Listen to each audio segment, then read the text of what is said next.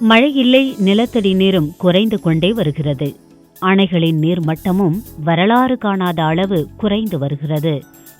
ஆறின் வழித்தடங்கள் ஏரி குளமெல்லாம் சாக்கடையாகவும் குப்பை மேடாகவும் ஆக்கிரமிப்பு கட்டிடங்களாகவும் காட்சியளிக்கிறது.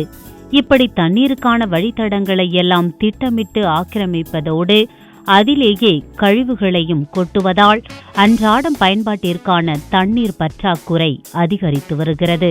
அதுவும் கோடை காலங்களில் இதன் திண்டாட்டம் பற்றி சொல்லவே வேண்டாம். தண்ணீரை சிக்கனமாக பயன்படுத்துவதற்கான டிப்ஸ்: அரிசி கழுவும் தண்ணீரை காய்கறி கழுவ பயன்படுத்தலாம்.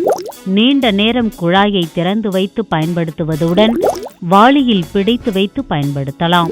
அபார்ட்மெண்ட்டுகளில் ரீசைக்கிளிங் பிளான்ட் பயன்படுத்தலாம். குழாய்களில் ஏற்படும் கசிவுகளை உடனடியாக சரி செய்யுங்கள். வாட்டர் பியூரிஃபையிலிருந்து வெளியாகும் நீரை வீணாக்காமல் சேமித்து வாசல் தெளிக்க பயன்படுத்தலாம். ஷிங்கில் பாத்திரங்களை கழுவும் போதோ சோப் போட்டு கை கழுவும் போதோ குழாயை திறந்தே வைத்திருக்க கூடாது. ஷவரில் குளிப்பதை தவிர்க்கலாம். சொட்டு சொட்டாக ஒழுகாமல் குழாயை சரியாக மூடியிருக்கிறோமா என்று பாருங்கள். துணிகளை அலசிய நீரை தோட்டத்திற்கு வாசர் தெளிக்க, வீடு துடைக்க, வாகனங்கள் கழுவ என்று பயன்படுத்தலாம். செடிகளுக்கு தண்ணீர் ஊற்றும் போது சிறு துளைகள் உள்ள ஷவரை பயன்படுத்துங்கள். நிலத்தடி நீரை பாதுகாக்க நடவடிக்கை மேற்கொள்ளுங்கள். வாஷிங் மிஷினில் துணி துவைப்போர் அடிக்கடி தனித்தனியாக துவைக்காமல் மொத்தமாக துவைக்கலாம்.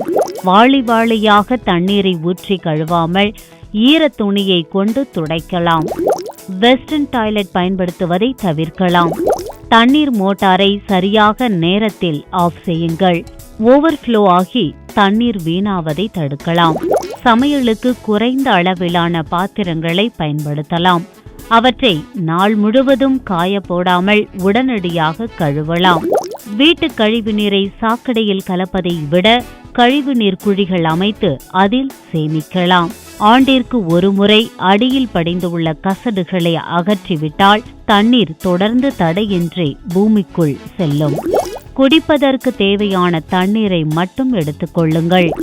குழந்தைகளிடத்தில் தண்ணீர் சிக்கனம் பற்றி எடுத்துரைக்கலாம்.